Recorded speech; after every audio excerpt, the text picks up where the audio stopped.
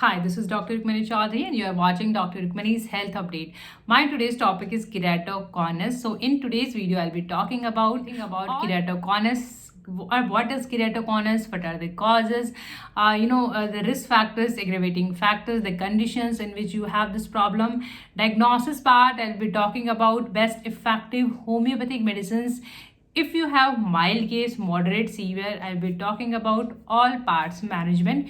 You are requested to watch complete video for complete information. If you are watching on YouTube, you will find all medicines link on the description box. So you can buy medicine from there and you can start your start. The definition, keratoconus. See what is, as the name suggests, keratoconus. So kerato is the word that is used for the cornea.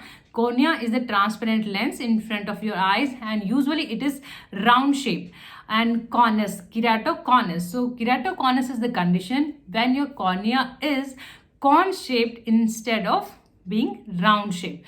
So keratoconus is this, it is a condition in which you have conical cornea. Usually it is bulging out of your cornea, right? So this is how it develops. The causes, you have the keratoconus condition. So yes, there are some theories that with the time you have the protein fibers that are called collagen fibers, and that holds your cornea. So that's why your cornea being in shape and it is round in shape. But with the time or due to any reason, your collagen fibers, they weakens with the time, and that's why they are not stronger enough to hold your cornea, and with the time you have bulging out of your cornea. So this way your cornea can bulge it out, and this is how it develops keratoconus.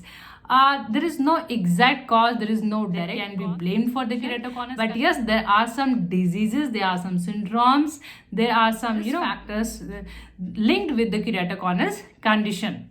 Family history. So the condition is blamed that it is genetical, it is hereditary.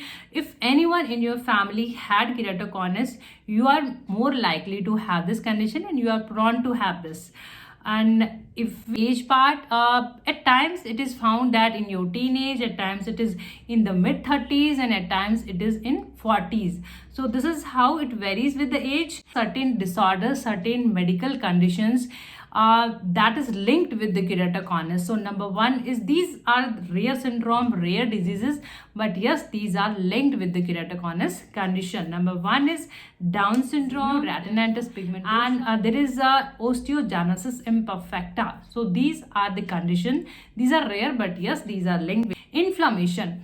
If you have any allergic problem, you are allergic, so due to any reason, if your cornea is inflamed, then with the time, over the time, it can develop keratoconus.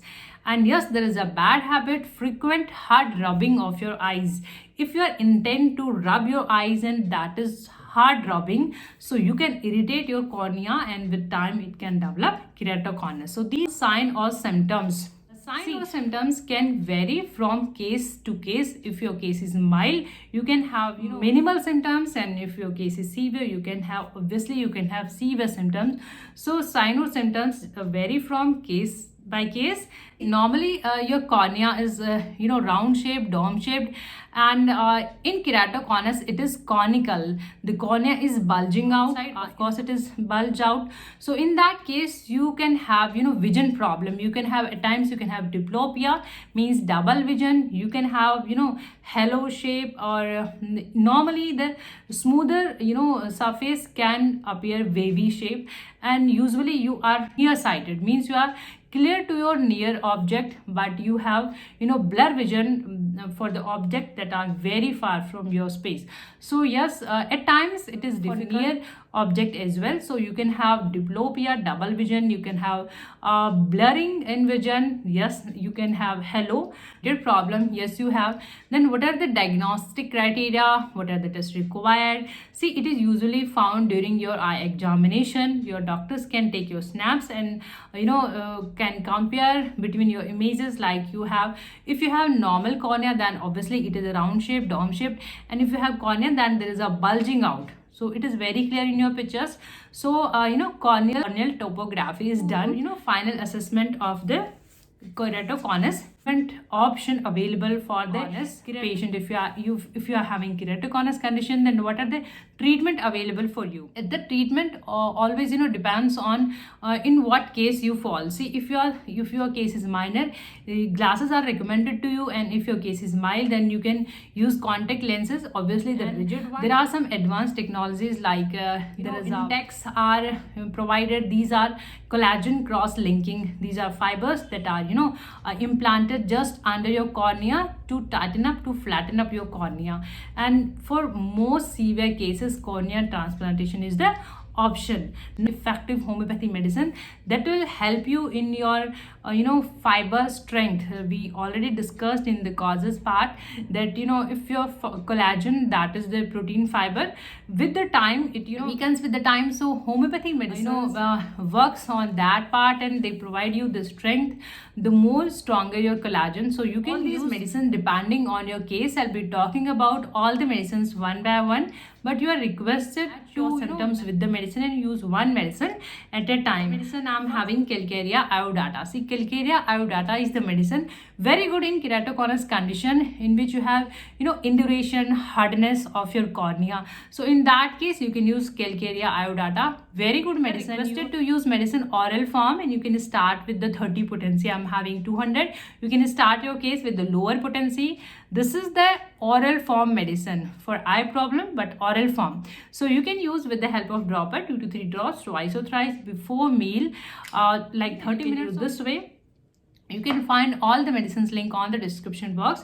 If you're watching on YouTube, Pulsatilla nigricans. See, Pulsatilla is in homeopathy for many eye problem, like if you're having styes, if you're having hordeolum, if you're having blepharitis, for keratoconus as well. Pulsatilla is a very good medicine, so you can use again in 30 or 200 potency, 2 to 3 drops twice or thrice before meal. So this way, minimum 2 to 3 weeks, or once you start feeling better, you can taper down, you can decrease your medicine's dose. Euphrasia. Next medicine is Euphrasia. Euphrasia officinalis. The name of the medicine is eye bright. And Euphrasia is given for many eye problems. Well known, quite famous medicine in homeopathy. That is why we have Euphrasia eye drops as well. So Euphrasia is given when you have acrid lacrimation, means you are having watery eye. There is all the time you have water in your eyes, and there is acrid, that water in your eye. So in that case, you can use Euphrasia officinalis in 30 or 200 potency. Again, 2 to 3 drops twice or thrice before meal, like again 2 to 3 weeks. Makko, again very good medicine in keratoconus condition. When there is a degeneration, you have chronic case, so in that case you can use Makko. There are other medicine like there is a Argentum metallicum, and this is the eye drop, Euphrasia eye drop. So you can use when you have and conjunctivitis. So in that case, you can use this eye drop. Medicines link you will find on the description box. You can help you. If you find these video knowledgeable, informative, please like and share. If you are new on channel, please subscribe our channel, and don't forget to press the bell icon for the further and being updated. I have put end screens on the videos, and you can press on them for further and detailed information. Thank you for watching. Thank you so much.